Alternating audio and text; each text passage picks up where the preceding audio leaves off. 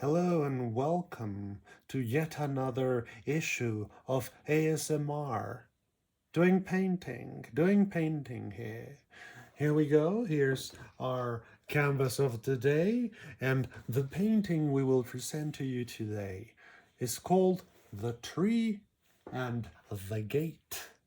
Right there. Yes, indeed. I began this painting 3 days ago and I let it dry for 3 days, and now I will continue with the painting. That's a bit of a technique that I use. I paint a bit, I let it dry, then I paint it again, and then I let it dry. So here we go. Here's a bit of titanium white that we will be using for the most in this painting. Let's spread some of that right here, right in the middle of the painting. Just a bit right there. Let's just put it there. And now let's put a lid on this little painting tube. Why don't we? And for the most, we're going to be using white. We will also use a tiny little bit of black. Let's put a bit of that just there on the side of the tree. Just a bit, just a tiny bit, yeah, just a tiny bit.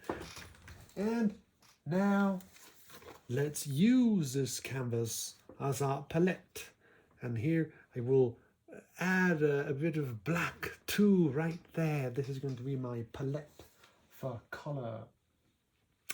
And now let's begin. Let's take one of these brushes, one of these small brushes that we have right here. We will be using a number 10/0, this tiny little thing here, which, by the way, it's the brush I was using only yesterday for making the other painting, the one with the dance scene, with the dancerina, with the dancerella dancing around. I have a sketch for another painting that I am doing now, and I have an old painting here of a little clown, of a friendly clown there. So now let's begin. Let's take a bit of this white color, test the brush to see how it's working today, because I never wash the brushes with anything. I just rub them on the canvas until all the paint is gone. I don't like using those strange solvent things to dissolve the paint. So I just do it this way. I'm going to loosen up the tie a bit because it is so hot in here. It is so very hot. So now I will continue on adding paint here. Let's continue on adding paint to this canvas here. Let's put a bit more paint here on the canvas. Yes. Oh, I don't really like taking off my glasses, but it's more comfortable now for me to paint without my glasses when I'm so close to an object. So now let's take a bit of white here and let's add it here. Let's just add it, really. And let's go on and put some more paint on it like that, really. Let's just add it in. Let's just add it in. Let's just put more paint on it and really just keep on adding the white, making a contour within this little puffy white cloud. Is a bit of a typical classical cloud here. And above it, there is this sort of monstrous, disgusting looking insect. Right there, the body a bit like a lava, like a little lava there, inhabiting the scene, standing on the gates and looking down with that power that the insects have, some of them, most of them, perhaps all of them, to stand on the wall, to use the wall as if though it were the floor, and just with absolute easiness just walk there friendly like up and down and be monstrous like most insects are. Horrible and horrifying, really. And here we go, we're coloring in the wings. We're coloring the wings of this um, a bit of an anonymous little monster, really. This kind of monster being monstrous there, and just being there, and uh, and just inhabiting our scene. Let's color in the sky now around this little bitty insect, so powerful, crawling around the gate. Very large in size, really, for an insect. Let's keep coloring in the cloud. Why don't I use a bigger brush now? Let's add the white that remains on this brush here, and let's use a bigger brush, for example. Shall we say, a number 3. Wow, that's kind of enormous for me, but let's use a number 3, shall we? Let's spread it in a bit. Yeah, that's good. That's tremendous. That's to me, this is a very, very large brush, maybe too large. Let's see what happens with a harder brush, such as what we were using the other day. It's a number 3, but from another collection. It's a harder brush, so let's add a bit, and then let's rub it in, add a bit, rub it in, add a bit, rub it in.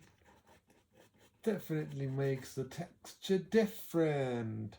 It makes that texturino quite very different. See what happens. Let's experiment with this brush all around, all around, on the cloud. Let's try and keep that darkness from the cloud right above it, right above it. And let's keep adding a bit more of this paint all around, really, all around. And let's just keep rubbing it in, rubbing it in. Let's cover the blue to make this place a bit more gloomy, more grey. Less ozone, more pollution. Yes, more pollution. How wonderful, how absolutely wonderful. More pollution, yes. Now let's put the brush here. Let's lay it down. And let's keep rubbing in the white color above the blue. And let's keep coloring this scene there. It is also very hot here. I don't think I'm going to manage to keep my shirt on because it is quite hot.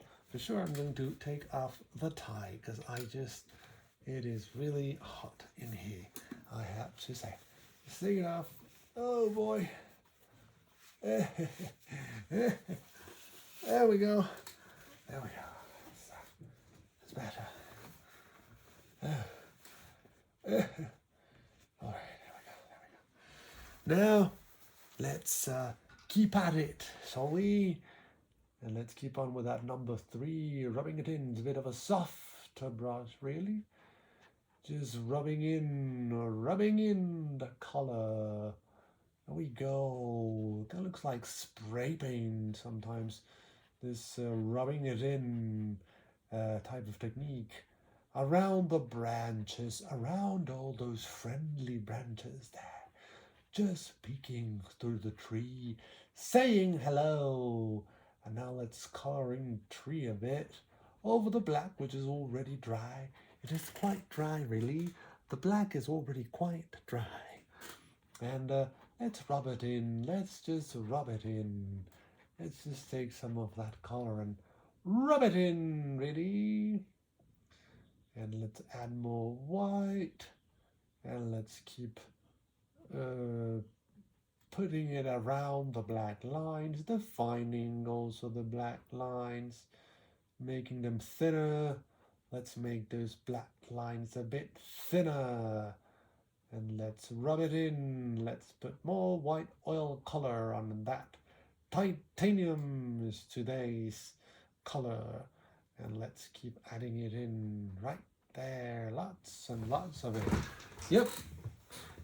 The color is making its presence more and more on this painting. Now let's paint above the horizon. And let's get to the other character, the other insect in this composition. right there. Let's color it from behind, and there's the mountain that lies behind of the insect, and let's just keep rubbing it in, all that color mixing with the colors behind it. It is now mixing with the colors behind. A bit more, contouring the black, yes, making that black line thinner, yes. And let's just keep rubbing it in, yeah. And there we go. That mountain's quite full of titanium white. And now let's define the pillars of this gate. Let's make this gate take some shape. And before I continue, I really have to take off my shirt because it is so very hot around here. Oh, it's so very hot.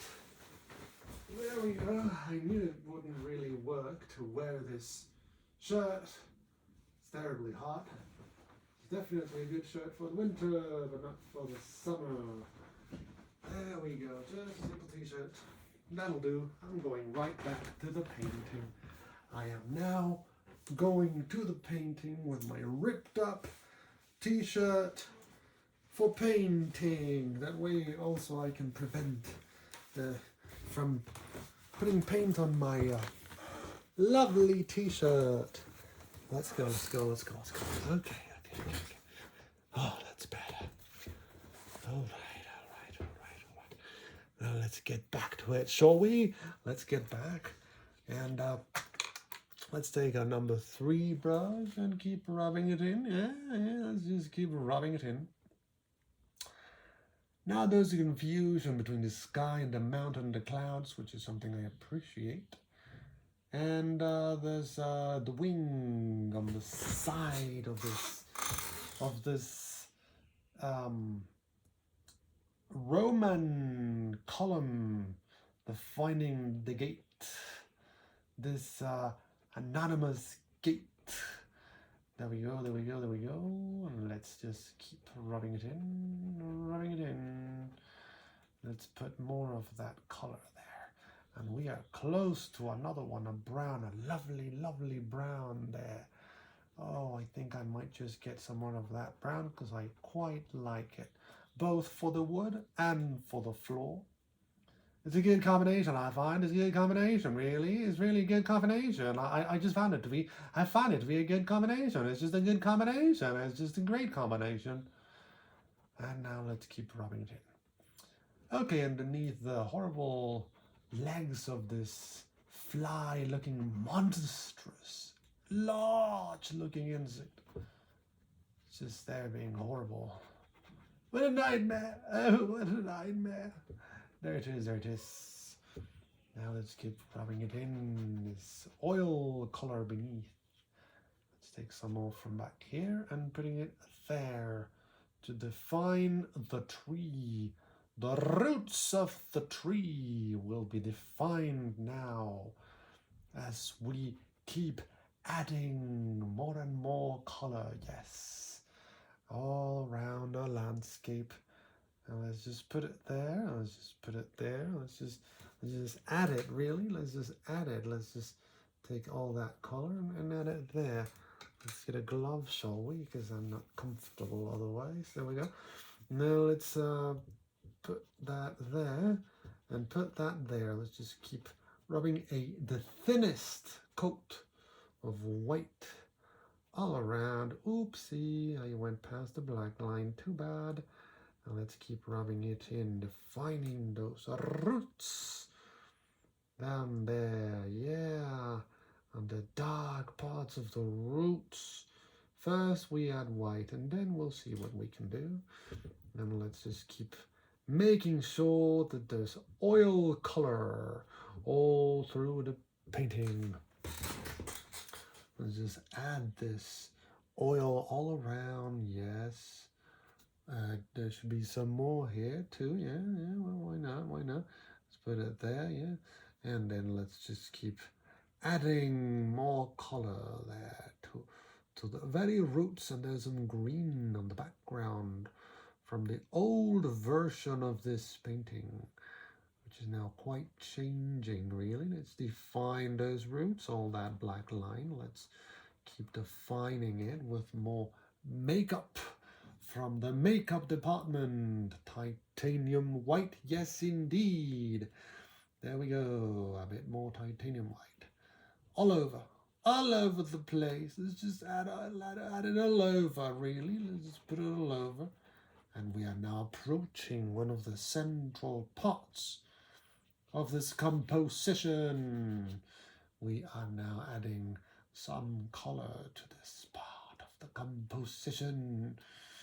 Finally getting to this mysterious heap of elements that are there, just waiting to be colored in. Let's color it in up here, a bit of that.